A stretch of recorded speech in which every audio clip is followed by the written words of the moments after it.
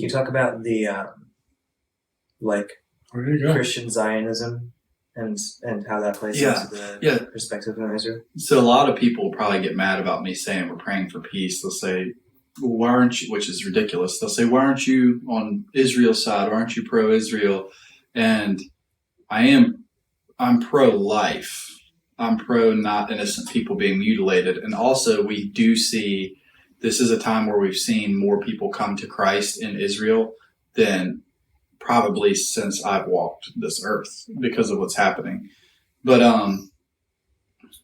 also this is called Reformed the Internet, so I don't think our audience is specifically going to get mad at me about speaking out against... Mad equals clicks.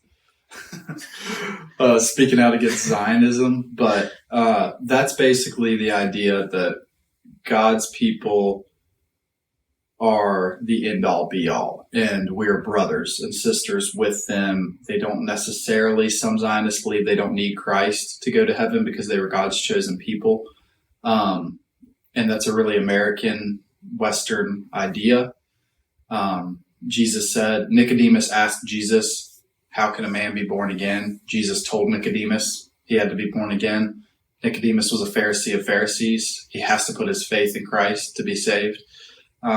And so what this really does is makes people that are Zionists partner with Israel no matter what. And they're like, crush Palestine, kill the Arabs. And that's just not the side that I would ever be willing to take. We have brothers and sisters that are Arabs. So I know them.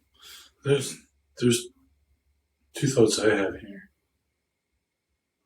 One is, regardless whether you're a Christian Zionist or whatever or not, the Israel today, the nation of Israel was established in 1948. Yeah, it's not the same nation that was in the Bible. It is not the nation of Israel as in the Old Testament or even in Jesus' days.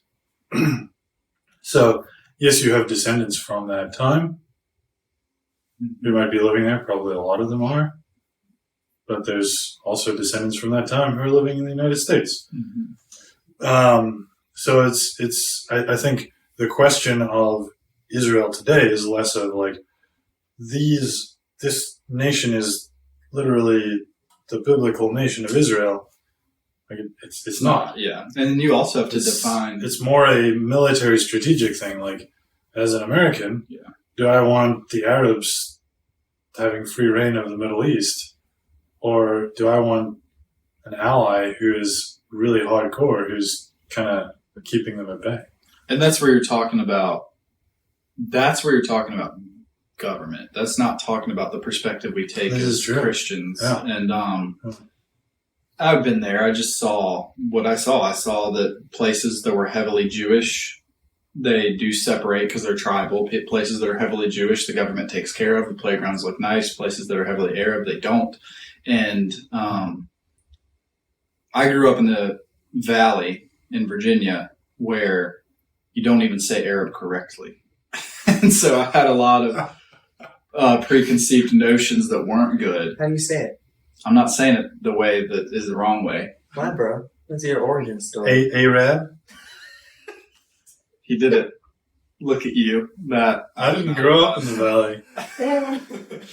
But Brian's an observer. He said that as an observer of the Valley people. I also have a hobbyist interest in linguistics, so I like to play this game with my 2.5-year-old where it's like, hey, Emma, is it water or wooder? But I would say like W-U-H, water, like W-U-H-D. Would you like some water or would you like some wooder? Some water or water. Side note, it's really funny to listen to people who are truly proper English say water like an American because they're always like, water. And that's the one thing they always learn how to. Water. It's like our tongues are really blue. Water. Yeah. It's zero. I'm showing you my tongue. Corey's tongue is blue. Yours is hidden by the microphone. Mine is. But the government, anyways, would really take care of the Jewish areas and not so much the Arab areas. And I met so many Arabs there that weren't all Christian. Obviously, it's a very unchristian country. But the Arabs that I met were awesome. And a lot of them were not Christian. And so we were just visiting, coming in as Christians, and they would take us in. They'll take you off the street and just feed you in their house and talk to you about life. And so that's a whole different picture that I had when I was growing up, because you think radical Muslim every time you think of. Yeah, you think 9/11. Yeah. Most of your life we spent at war in Iraq. Like, all the movies that came out during that time that are just us at war with Iraq. So, like, I was in the Middle East. I went to Tajikistan, so it wasn't a region at war, but I went with the military, and we were training NATO peacekeepers, and that it was the same thing. Like, you have an ingrained like xenophobia towards Middle Easterners that you don't even know is there until you're in a country over there. And I had the people. It's very similar to a very devout Christian when you see a very devout Muslim. Yeah. Like obviously beliefs are different, and we would talk about the dichotomy of those, but they're devout. They love their spouse. They go to prayer 5 times a day. They talk about a lot. Like, it's a regular part of their life.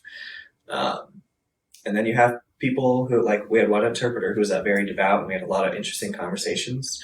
And then we had one who was just like everyone in America would be like, yeah, I'm a Christian. It's kind of like a cultural Christianity.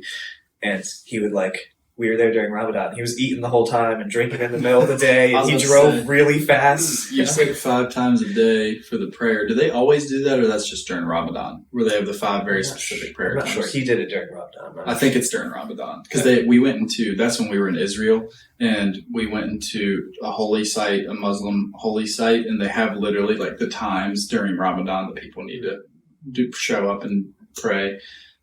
There is an element of like facing towards the east and praying during the day, but not in Ramadan, isn't there? I think so. I'm out of my depth. I have friends that are experts because of being missionaries that were focused on that, but I'm not. I can't say that. Well, real quick.